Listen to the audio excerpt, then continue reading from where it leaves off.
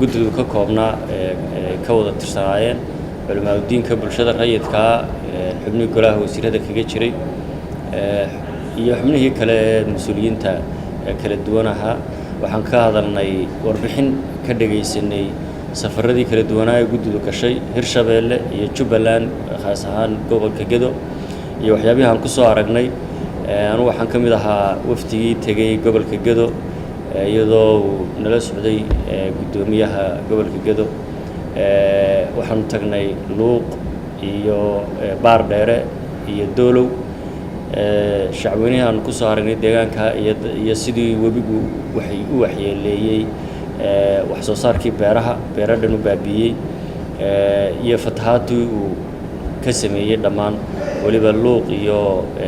Baardheere dhinaca Baardheere aan lugahayaga ku tagnay iyo barakac ku sameeyay dadka guryahoodii ka saaray Doolow intaba waxay markii aan shacweynaha Soomaaliyeed u tagnay waxaan ballan qaadnay $100,000 oo aan ugu deeqi doono si degdeg ah iyadoo wixii dambe guddiyada aanu maamul goboleedada la shaqeyn doono gobolka la shaqeyn doono raashin iyo daawooyin iyo deeq badan oo ilaa hadda la ururiyay iyo dhaqaalaba waa jiraa waxaan doonaynaa nidaamka xisaabeed iyo nidaamka guddidu leedahay inaan ku shaqeyno laguna wareejiyo marka maanta waxa farxad ah inaan 100,000 aan ballan qaadnay aanu ku wareejino gudoomiyaha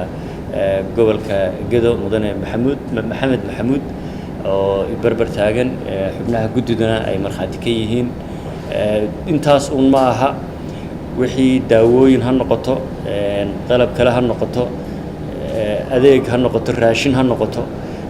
aanu ka helno caalamka dawladuna ay ku deeqday oo ay